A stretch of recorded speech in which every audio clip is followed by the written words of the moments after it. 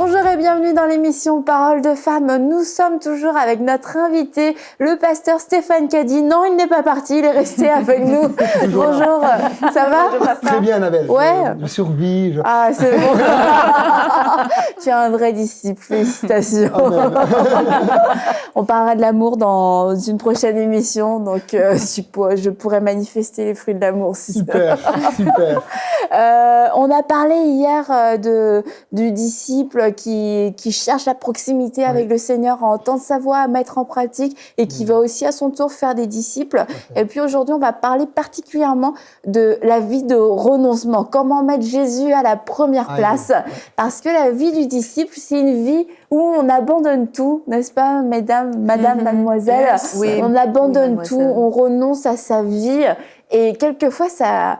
faut le dire quand même, ça fait mal. Et c'est pour ça qu'il y a beaucoup de gens qui ne passent pas au statut de disciple parce qu'ils voient les choses auxquelles ils ont besoin de renoncer, puis ils se disent j'ai quand même envie de vivre ma vie, j'avais des projets, j'ai des envies, j'ai des aspirations, et puis j'ai envie de le vivre comme ça. Et du coup, ça peut être un moment où plusieurs vont mettre un stop. J'aime Jésus, je vais aller à l'église, mais je n'en donnerai pas plus parce que j'ai envie de garder ma vie. Et toi, tu as dit vers 20 ans, tu as fait ce choix de tout donner au Seigneur. Et toi, pour tout donner au Seigneur, c'était aussi répondre à l'appel du ministère, entre autres.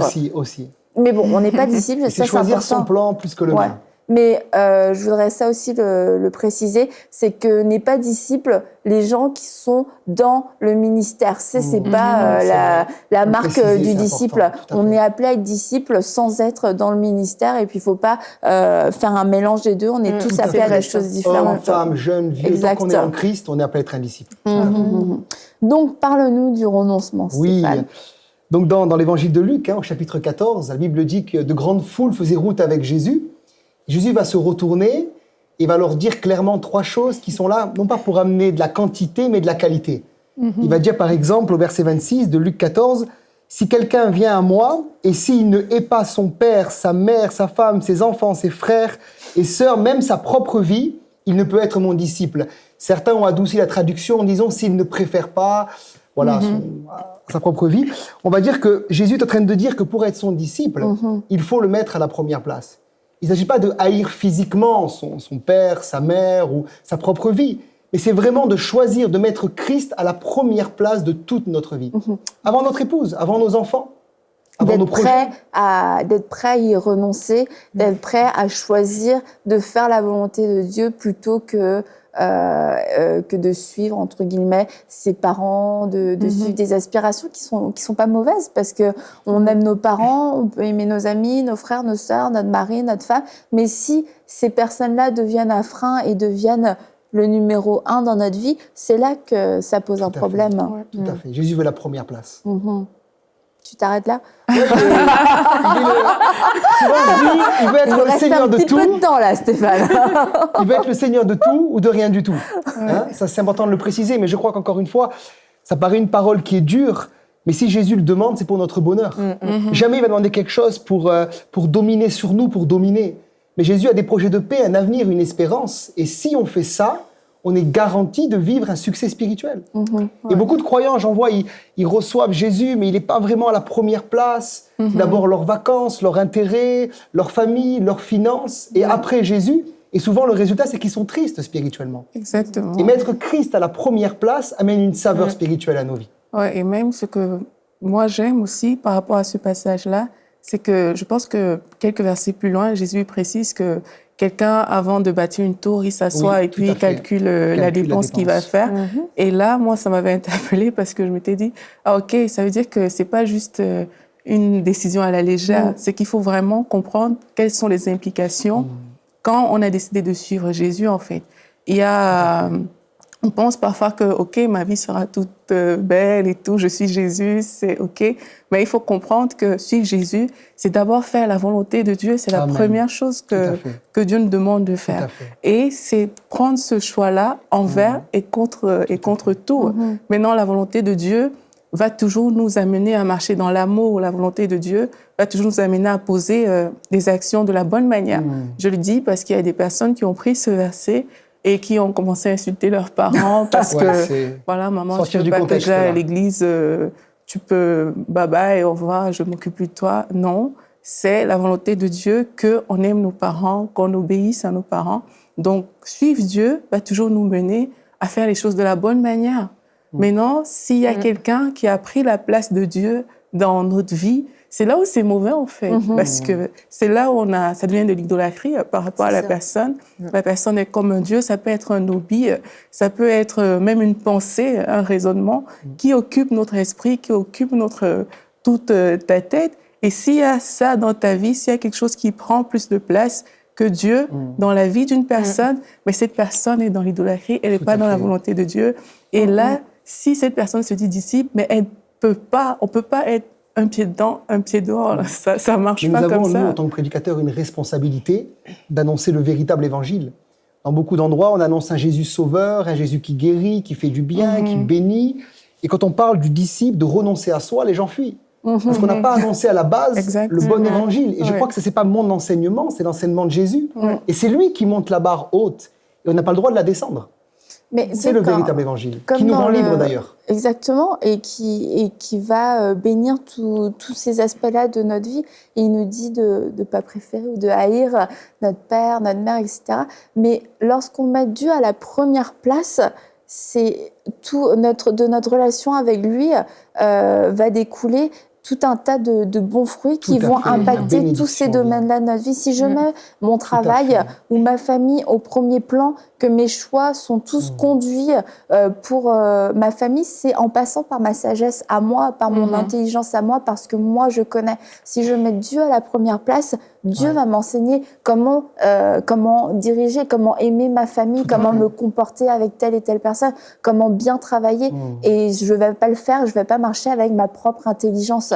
Et la Bible nous dit de ne pas marcher selon notre propre sagesse, parce que notre sagesse est tellement, de toute manière, limitée. Elle connaît les choses du passé, quelquefois avec une mauvaise interprétation, et elle connaît les choses du présent, et elle ne connaît quasiment rien de l'avenir. Et avec cette sagesse-là, on veut être capable comme de gérer et de prendre des décisions, des décisions qui vont pouvoir diriger notre vie de la meilleure façon. Et puis là, de demander à Dieu, écoute, voilà Seigneur, moi j'ai fait un petit bilan, j'ai fait un plan, il est pas mal, vas-y, appose ta signature. Oui, c'est ça, peux-tu approuver. Voilà, et go.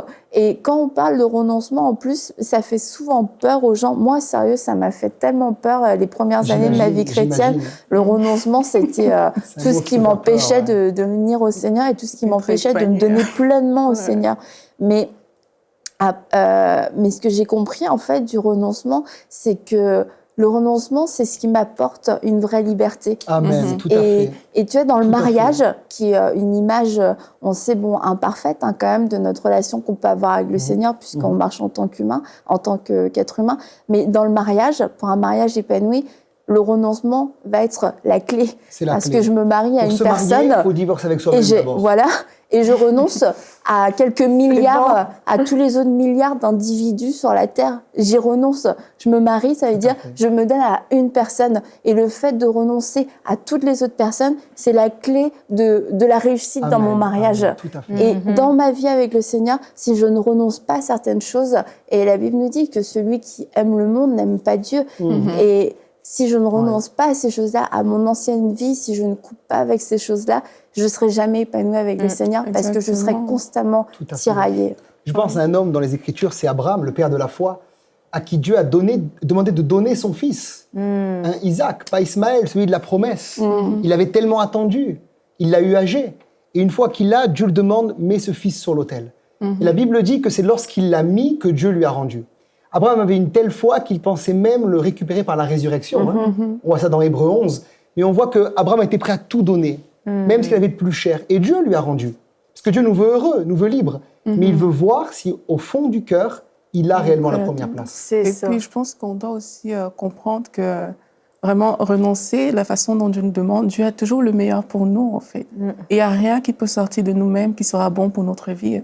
Mais qu'on comprend que en fait, Dieu qui est notre créateur, il sait comment il nous a conçus, il sait ce qui est bon pour nous et ce qui ne l'est pas. Ben, c'est plus facile, en fait, de se dire, en fait, toi, tu sais, tu sauras gérer ma vie mieux que moi, Seigneur. Si c'est moi qui le fais, ben, je risque de m'embrouiller. Mais toi, Seigneur, tu sauras mieux que moi parce que c'est toi qui m'as créé. Si tu me dis, ben, ne fais pas telle chose, c'est parce que tu sais comment je fonctionne mieux que moi-même. Et là, le renoncement devient, entre guillemets, plus facile parce que ben, tu sais déjà que de toi-même, il peut pas sortir quelque chose de meilleur que ce que Dieu il a à te proposer. Exactement. Et là, tu acceptes de te donner comme oui, Seigneur, fais ce que tu veux. Amen. Mais si vous permettez que je revienne sur qu'est-ce que tu as parlé Je te tantôt. permets. Merci. Mais c'est à propos de l'idolâtrie qui nous empêche souvent d'entrer justement dans le renoncement.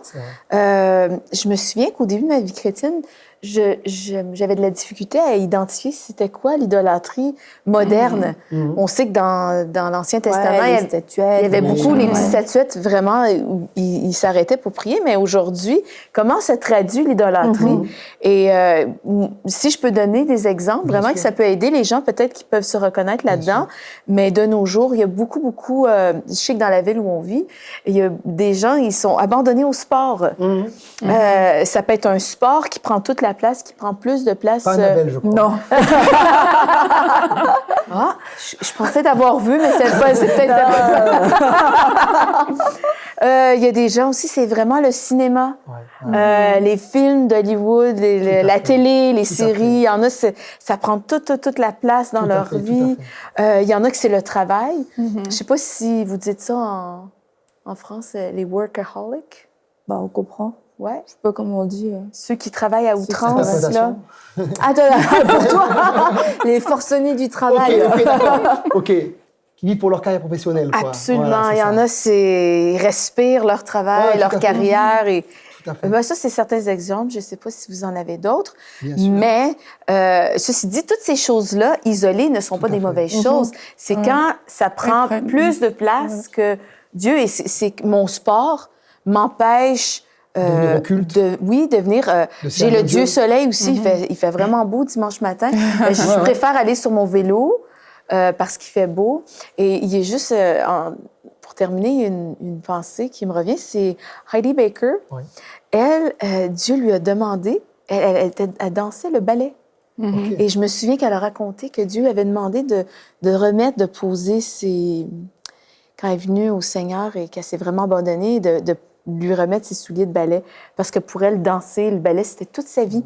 Et pour elle... qu'elle l'a fait, hein? Oui, c'est ça. Elle avait une carrière professionnelle devant elle.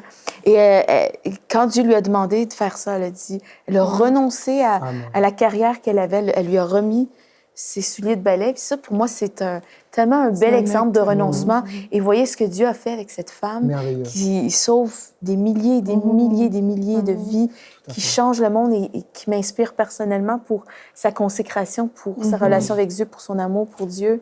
Et c'est ce que ça produit, le renoncement. Hein. Pour certaines personnes même, elles doivent renoncer à des pensées. Parce que parfois, on voit les choses matérielles, mais pour certaines personnes, le renoncement, c'est même par rapport à ce qu'elles pensent.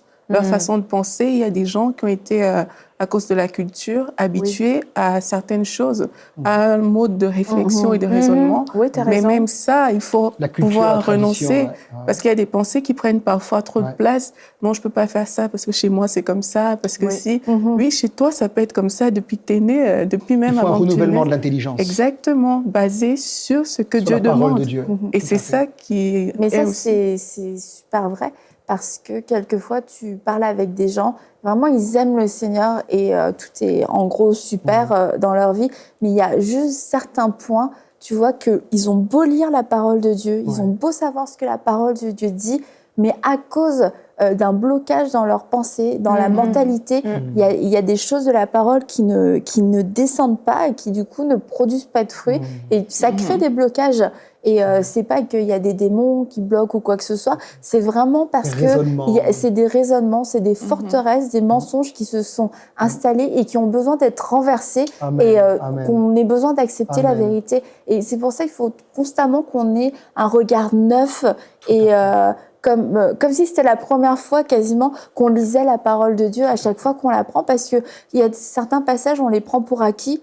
mais on les connaît pas vraiment parce qu'on les vit pas, parce que même si on peut les réciter par cœur, tant qu'on n'en a pas la manifestation tangible dans notre vie, on peut se dire il y a quelque chose que j'ai pas encore saisi. Saint-Esprit, ouvre mes yeux, éclaire-moi, enseigne-moi, conduis-moi. Et si on n'a pas cette disposition intérieure, on passera sur certains passages de façon automatique, ça nous parle pas. Et puis on passera sur même des paroles que Dieu nous adresse spécifiquement parce que on a ce blocage-là dans nos pensées. Et c'est super que tu l'aies dit parce qu'il faut pouvoir s'arrêter sur ça. C'est pas que des choses dans le naturel et bien que il y en a beaucoup, franchement. Il y en a énormément. Il y a beaucoup d'occasions, le monde nous donne beaucoup d'occasions de ne pas marcher en tant que disciples. Mais une fois qu'on a renoncé sérieusement, et on en a déjà parlé dans diverses émissions, une fois qu'on a renoncé, on se sent tellement bien. Et là, il n'y a plus de combat, il n'y a plus de tiraillement. Voilà, c'est là, voilà, je te l'ai donné. Ça ne m'appartient plus, ma vie ne m'appartient plus. Donc, tu n'as pas ce sentiment de regret, ce sentiment d'inconfort, etc. C'est comme, ça ne m'appartient plus, donc c'est plus une option dans ma vie. Donc, je peux marcher sans ça, je continue d'avancer sans ça. Tout à fait. Je pense que c'est un style... je pense que c'est un style de vie. C'est un style de vie. Où on s'abandonne constamment parce qu'on a toujours besoin de remettre... chaque jour, chaque projet, chaque chose. C'est important, c'est pas une expérience qu'on fait une fois, mais c'est tous les jours. Exactement. D'ailleurs, c'est mon deuxième point, Annabelle, parce que je vois que le temps passe. Jésus dira, celui qui veut être disciple doit porter sa croix. Et dans Luc 9, verset 23, il précisera, si quelqu'un veut venir après moi, qu'il renonce à lui-même, qu'il se charge chaque jour de sa croix, qu'il me suive. Pas juste le dimanche matin, pas juste une fois, mais tous les jours. Et tous les jours, porter sa croix, c'est renoncer à soi-même, à nos désirs parfois charnels, à nos envies, pour les soumettre à Dieu. Et je crois que ça, c'est vraiment la clé de la libération, porter sa croix tous les jours. C'est la croix du disciple, pas la croix de Jésus. C'est pas redevenir malade, redevenir dans le manque, dans la malédiction. Oui, c'est mal compris, ça. C'est Jésus qui l'a accompli, il n'y a plus besoin de porter cette croix-là. Mais c'est ma croix, la mienne, celle du disciple, celle qui m'amène à vivre vraiment une vie chrétienne libre et épanouie. Encore une fois, tu t'arrêtes là. Non, continue. C'est tout ça le dialogue. Les femmes parlent beaucoup, donc vraiment, je laisse la place aux femmes. Mais... Tu respectes énormément notre temps de parole. C'est important. Mais t'inquiète pas, Pasteur Stéphane, si on a besoin de parler, on va... Ok. Alors, je rebondis sur la croix. Je crois que porter la croix, c'est accepter également les souffrances et les injustices liées au témoignage de Christ. Par exemple, je prends un homme qui est connu, c'est Paul. Il dira dans 1 Corinthiens 4, verset 11, « Jusqu'à cette heure, nous souffrons la faim, la soif, la nudité.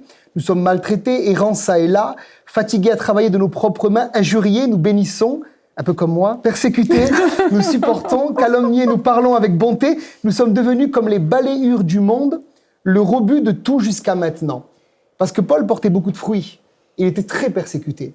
Et je crois que des fois, dans la vie chrétienne, on n'accepte pas facilement la souffrance. Beaucoup de chrétiens me disent « Pasteur, j'ai témoigné, pasteur, j'ai semé, pasteur, j'ai servi le Seigneur. » Et depuis, il y a une attaque au travail, dans la famille. Mais ça, c'est aussi porter sa croix. C'est pas non plus faire n'importe quoi et accepter de prendre des coups pour prendre des coups.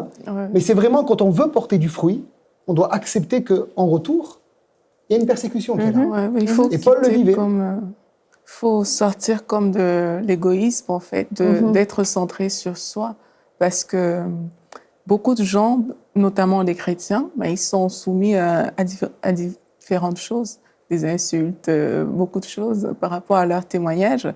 Mais parfois, notre chair veut quand même nous pousser à réagir parce qu'on ne peut pas me parler comme ça. Mais pourtant, la Bible dit qu'il faut que moi je diminue. Quelques injustices. Même que moi je diminue et que Christ en moi, qu'il croisse. Et malheureusement, à cause du fait que on a été habitués comme à se défendre. La société nous a appris depuis qu'on est tout petit voilà, il faut te défendre. Si on te dit A, toi tu dis B. Mais Dieu nous dit non, si on te frappe sur cette joue, monte l'autre joue. Donc si on sortait de ce côté où on est centré sur nous pour juste ouvrir les yeux par rapport à Jésus, le style de vie qu'il a mené, comment lui s'est comporté, moi je pense que ça nous apprendrait beaucoup par rapport à ce qui signifie mourir à soi-même. On aurait comme une intelligence renouvelée par rapport à ça et on pourrait mieux le manifester. Regardez Jésus, va nous faire manifester ce renoncement-là et ça va nous faire changer aussi notre façon de penser. Et il y a un passage où Pierre dit d'être toujours prêt à répondre, à défendre notre espérance, mais en toute douceur et avec respect, et non pas dans une justice humaine, dans une colère humaine. Et la colère, notre colère n'accomplit jamais la justice de Dieu de toute façon. Et c'est vrai que par rapport à la souffrance, il y a ce premier point où on est pleinement concerné à cause de nos propres désirs intérieurs, etc. Mais il y a aussi cette deuxième partie parce que on va donner quelque chose, parce que on va semer la parole, et là c'est encore plus difficile de supporter la souffrance, parce que tu dis j'ai donné, et parce que j'ai donné quelque chose de bon, on m'a maltraité, et là on est vraiment dans un niveau supérieur au niveau de notre croix, au niveau d'une vie de renoncement, parce que c'est une chose de renoncer à ta propre vie pour tes projets personnels à toi, voilà, mais c'est encore une autre chose que de renoncer à ta vie alors que tu donnes ta vie pour les autres. Mais c'est ce que Jésus a fait. Si Jésus n'avait pas été concerné par nous, je veux dire, il n'aurait pas vécu, il serait resté dans son ciel, etc. Ça se serait super bien passé, mais parce que il a aimé, parce qu'il a donné, il s'est totalement donné, il a vécu la persécution, il a vécu les insultes et tout ça. Et c'est vrai que ça, c'est un niveau quand même supérieur. Et puis quelquefois, ok, j'ai renoncé à certaines choses dans ma vie, mais là après, souffrir pour Christ, c'est une autre affaire. Pourtant les apôtres l'ont vécu. L'histoire enseigne que 12 apôtres, 11 sont morts martyrs, Pierre crucifié à l'envers, Thomas est mort, 11 sont morts, sauf Jean qui a été bouillanté. Il a échappé à ça. On l'a mis prisonnier sur l'île de Patmos, où il a reçu la révélation du livre de l'Apocalypse. Ouais, c'est ça. Mais ils étaient prêts à le vivre. Et qu'est-ce qu'ils ont vécu d'extraordinaire? Aujourd'hui, je crois qu'il nous manque cette dimension de puissance dans l'Église, où les malades sont guéris, les paralytiques marchent, les morts ressuscitent. Eux, ils le vivaient, parce que Christ était vraiment au centre de leur vie. Et ça se manifestait par des signes, des miracles, des guérisons, des prodiges, des conversions. On peut en venir à ça, Mathilde. Alléluia. Et tu sais que même ça, ce qui est terrible, tu vis après, tu souffres pour Christ, etc. Et là, tu vois la puissance de Dieu se manifester, comme les apôtres l'ont vu, comme l'Église primitive l'a vu. Ça a accentué encore plus le degré de persécution. Et Jérusalem, par exemple. Mais la persécution vient de l'intérieur et vient de l'extérieur. Tu peux être totalement incompris, même parmi les chrétiens, et ça peut engendrer de grandes souffrances, parce que tu vois le Seigneur agir et tu vois des gens être délivrés et tu vis cette persécution de l'intérieur. Est-ce que vraiment t'agis Est-ce que c'est de Dieu? Moi, je pense que c'est pas de Dieu. Jésus, on l'a dit, c'est un fils de Belzébul. T'imagines? Tu te dis, c'est fou quoi d'avoir dit ça. Et cette persécution-là qui vient de l'intérieur, il faut aussi être en mesure de pouvoir la supporter et de continuer de marcher dans l'amour et de continuer de pouvoir aimer ceux qui on pensait avoir du soutien et qui finalement nous maudissent et nous excluent. Et là aussi, ça demande un renoncement. Et Dieu permet tout ça pour un brisement parfois en nous. C'est-à-dire que des fois, on est tellement égocentrique, centré sur nous, égoïste, que Dieu permet certaines situations. C'est ça, à quel point on est prêt à suivre Jésus. Des fois, on a des petits tests. C'est des tests. C'est ça. Moi, je pense à ma fille. C'est simple, là. Mais ma plus jeune se faisait ridiculiser dans l'autobus, parce qu'au Canada, les enfants vont à l'école en autobus, orange. Et on lui chantait « Bonne fête, Jésus ». Bonne fête, Jésus. Ben, elle a 11 ans en ce moment, mais ça se passait, elle avait 7-8 ans. C'est pas ça, 7-8 ans, vivre ça. Oui, mais elle a continué de parler de Jésus à l'école. Elle n'a pas honte de sa foi. Et puis, mais je considère que merci Seigneur, c'est un exemple. Les persécutions, ça commence dès qu'on veut suivre Jésus. Et mon mari, Joël, quand il était jeune, à l'école, les jeunes se prosternaient autour de lui et disaient « Alléluia, Alléluia ». Et je pense vraiment que Dieu... Et quel homme de Dieu il est devenu, ça valait le coup. Exactement, mais quand on veut suivre Dieu, et là, je pense que c'est là que on fait juste passer au test. Est-ce que je suis prêt même à renoncer à ma réputation ou qu'on dise des choses fausses à propos de moi? Et l'important, je crois vraiment, c'est de laisser Dieu faire sa justice, de ne pas avoir besoin de se justifier dans les persécutions, puis de dire, ben Seigneur, je te suis, peu importe ce que les gens peuvent me dire, de la manière qu'ils me ridiculisent, ce qu'on peut me faire. Puis c'est certain, nous, en Amérique du Nord ou en Europe, les persécutions sont beaucoup très légères qu'on considère dans d'autres pays qui sont extrêmement persécutés, les gens littéralement meurent pour leur foi. Mais il faut se poser des questions. Est-ce que, même si on ne vit pas dans ces pays-là, est-ce que je serais prête à mourir pour ma foi? Pierre dira même que c'est une joie de souffrir pour Christ. Ouais. Parce qu'on en est là, je ne sais pas, mais c'est une joie. C'est une joie, c'est un privilège. Ouais. D'ailleurs, quand on les a appelés chrétiens à la base, ce qui veut dire petit Christ, c'était pour se moquer d'eux. Ce n'était pas un titre exceptionnel. C'est des chrétiens, ils ressemblent à Jésus, celui qui est mort à Jérusalem, crucifié.